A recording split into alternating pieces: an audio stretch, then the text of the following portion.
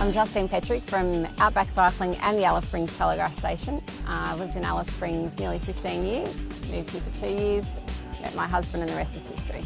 So the National Aboriginal Art Gallery, I think, will give Alice Springs at an international level an icon that we can really market.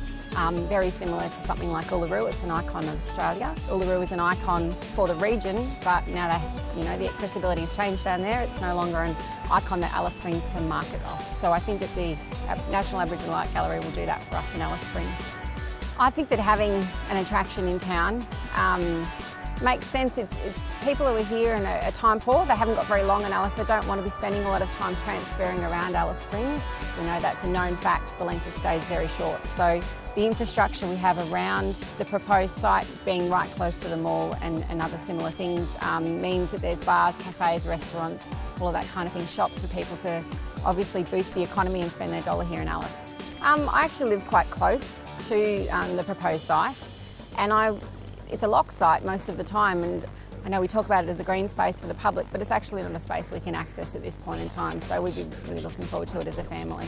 I'd love to see the whole of the Alice community get behind the project in the proposed site at the Anzac Oval. I think that this project proposes a lot of pathways, culturally for Indigenous people and also non-Indigenous people. It's a lot of opportunity here for jobs, and the flow-on effect and how we can put Alice Springs at an international level. It'll help us as a town to really step up to the plate if we want to remain a tourist town.